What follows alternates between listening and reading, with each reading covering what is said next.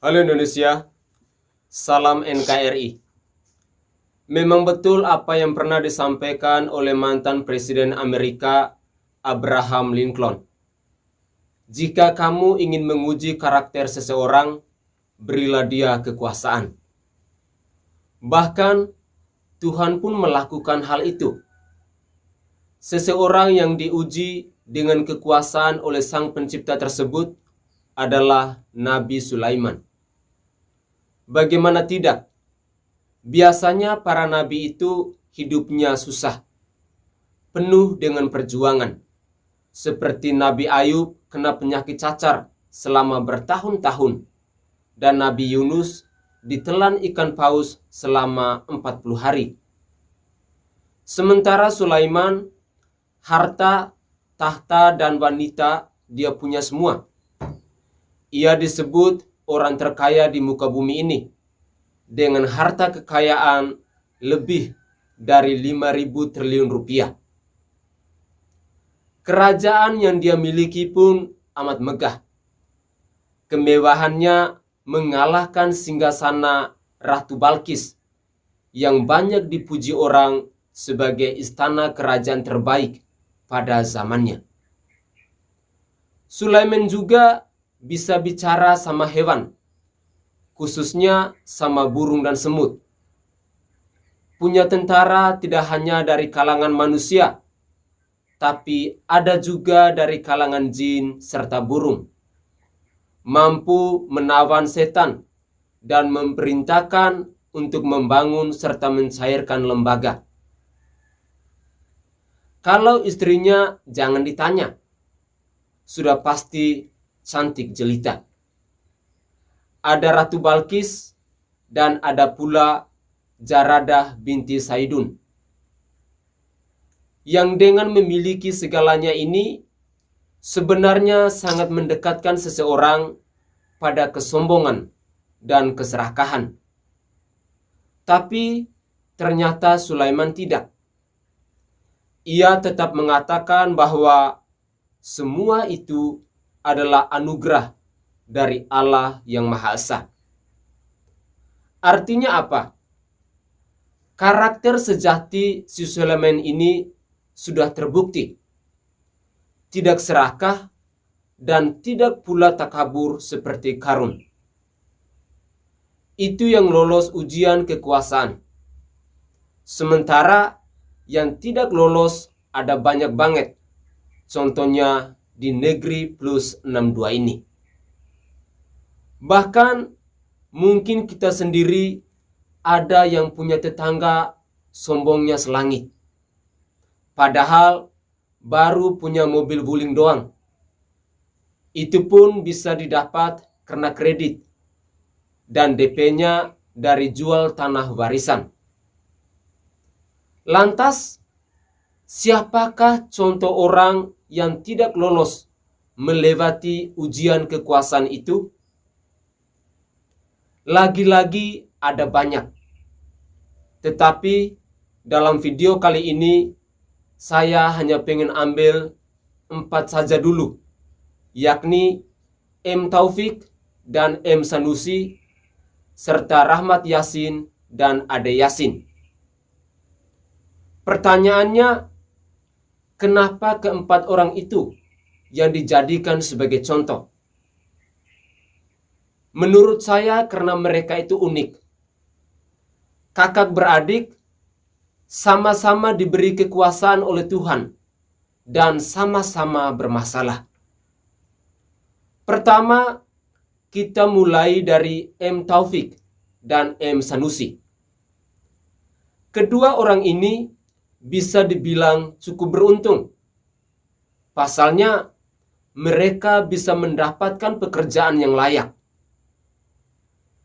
M. Taufik kini jadi anggota DPRD DKI. Sebelumnya, ia menjabat sebagai wakil ketua dewan tersebut. Dan jauh sebelum itu, M. Taufik ini pernah menjabat sebagai ketua KPU DKI. Nah, saat jadi ketua KPU itulah karakter aslinya mulai kelihatan, yakni rakus.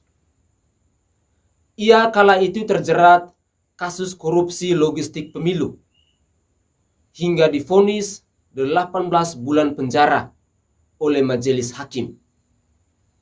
Sementara M. Sanusi pernah menjabat sebagai Ketua Komisi D dan Ketua Fraksi Gerindra di DPRD DKI. Usianya saat duduk di Dewan kala itu cukup terbilang masih cukup muda, yakni 44 tahun. Tapi semuanya sirna ketika ia tergoda untuk menerima suap proyek reklamasi dari seorang pengusaha. Ia pun dapat hadiah vonis 10 tahun penjara dari majelis hakim. Namun disunat 3 tahun oleh Mahkamah Agung. 2 bersaudara masuk penjara gara-gara korupsi. Benar-benar bikin malu keluarga besarnya. Begitupun dengan Rahmat Yassin. Sudah dipercaya menjabat sebagai Ketua Komisi C DPRD Bogor, Ketua DPRD Kabupaten Bogor, Bupati Bogor 2 periode. Masih juga nggak bersyukur atas nikmat yang Tuhan berikan itu. Kasusnya pun cukup banyak selama diberi kekuasaan. Mulai dari menerima suap alih fungsi hutan lindung kawasan Puncak Bogor, menerima gratifikasi tanah seluas 20 hektar dan mobil senilai 825 juta rupiah, menerima gratifikasi uang 8,9 miliar rupiah untuk kepentingan Pilkada Bogor, hingga tersandung kasus perampasan lahan di desa Singasari, tepatnya di Jonggol. Memang betul kata Mahatma Gandhi, dunia ini cukup untuk menghidupi semua orang, tapi tidak cukup untuk satu orang yang serakah. Sekarang, si Rahmat Yassin ini masih mendekam di penjara akibat keserakahannya itu. Seperti nggak belajar dari abangnya. Ade Yassin juga ikut-ikutan korupsi. Padahal bisa dibilang hidupnya sudah sejahtera. Apalagi seluruh kebutuhannya ditanggung oleh negara lantaran menjabat sebagai Bupati Bogor. Masih juga melakukan hal yang dilarang oleh agama dan negara itu. Ade Yassin ini disebut menyuap oknum pegawai BPK di Jabar terkait pengurusan laporan keuangan Pemda Bogor tahun anggaran 2021 yang lalu. Cadas benar orangnya. Memang betul, kata Ahok dulu, di BPK itu ada banyak oknum yang bermain.